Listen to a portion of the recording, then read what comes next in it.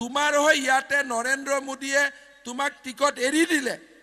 তোমাৰ কাৰণে আমি দিনে ৰাতিয়ে ইয়াত আহি ইলেকশন কেম্পেইন কৰিলো এতিয়া তোমাৰ কাৰণে নৰেন্দ্ৰ মোদী ঔৰংজেব আৰু গুপ্ত হত্যা কৰা প্ৰফুল্ল মহন্ত তোমাৰ কাৰণে লাচিত বৰফুকন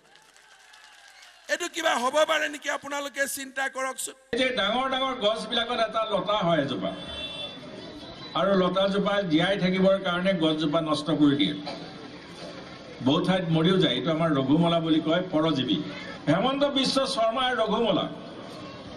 তেওঁ আসুত থাকোতে আসুত ধ্বংস কৰি থৈ গৈছে তৰুণ গগৈ পাঞ্জাবী সুকত ধৰি পেলাই দৌৰ মাৰিলে আৰু তৰুণ গগৈক ধ্বংস কৰি তেওঁ বিজেপিলৈ আহিল আৰু তেওঁ এতিয়া এনেকুৱা কথা আৰম্ভ কৰিছে দেখিব যে কেইদিনমান পিছত বিজেপিও ধ্বংস হৈ যাব আৰু এই দলটোৱে আজি কংগ্ৰেছৰ সৈতে মিটিৰালি সামিল কৰিব বুলি কোনো সপোনতো ভবা নাছিল মই অসম গণ পৰিষদ দলৰ প্ৰতিগৰাকী তৃণমূল পৰ্যায়ৰ কৰ্মীক শ্ৰদ্ধা কৰোঁ তেখেতসকলৰ দুখ নাই তেখেতসকলৰ নেতৃত্বই গোটেই তেখেতসকলৰ সহকৰ্মীসকলক বিপথে পৰিচালিত কৰে কংগ্ৰেছ দলৰ লগত আমাৰ মিত্ৰতা এই কথাটো গছত গৰু উঠা কথা এইটো সম্পূৰ্ণ এটা অসত্য কথা সেইটোকে বুজাবলৈ চেষ্টা কৰা হৈছে আমি বুজি পোৱা নাই ইয়াৰ কাৰণ কিন্তু ৰাইজে বুজি পাইছে ইয়াৰ কাৰণ বিশেষ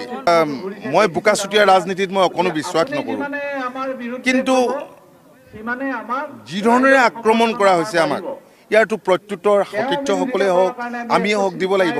আজি অসম গণ পৰিষদ দল ইউডিএফ আৰু কংগ্ৰেছ এই দুটা দলে আজিৰ দিনটো তেওঁলোকৰ সুৰ একে হৈছে আজি চন্দ্ৰমোহন পাটোৱাৰীৰ প্ৰশ্নৰ উত্তৰ দিয়ক যে তেওঁলোকে অস্তিত্ব অসমৰ জাতীয় অস্তিত্বৰ পক্ষত অসমৰ মাতৃৰ পক্ষত নে আঠুকাৰে জীয়াই থকাৰ স্বাৰ্থত তেওঁলোকে আজি হিন্দুত্বৰ পক্ষত